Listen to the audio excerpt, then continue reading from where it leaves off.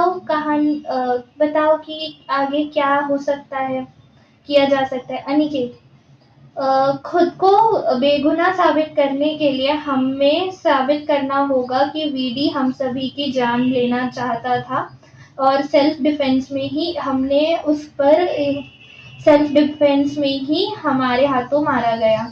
तुषार, पर ये हम साबित कैसे करेंगे?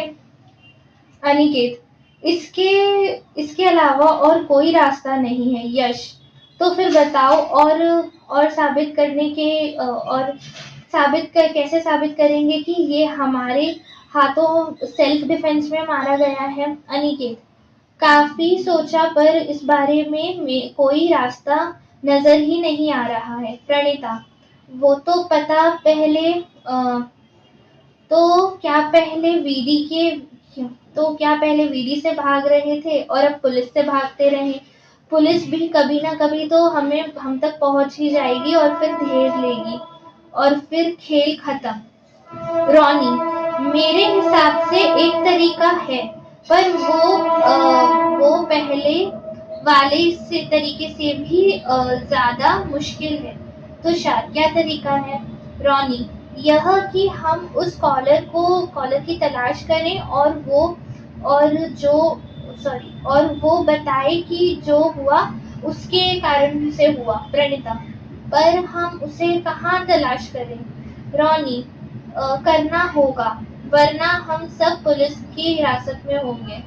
तुषार, दो तरीके हैं इस मुसीबत से बाहर निकलने के, बचने के, और दोनों में ही ऐसे हैं कि जिन्हें पूरा कर पाना लगभग असंभव है। राधिका, दूसरा तरीका क्या है? और दूसरा तरीका संभव है।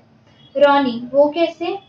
राधिका, याद है उसने हमें कहा था कि एक काम और है हम लोगों के लिए, और अगर हम सब तैयार हो तो खंडहर में आ जाएं। यश, कहा तो था। हाँ तो?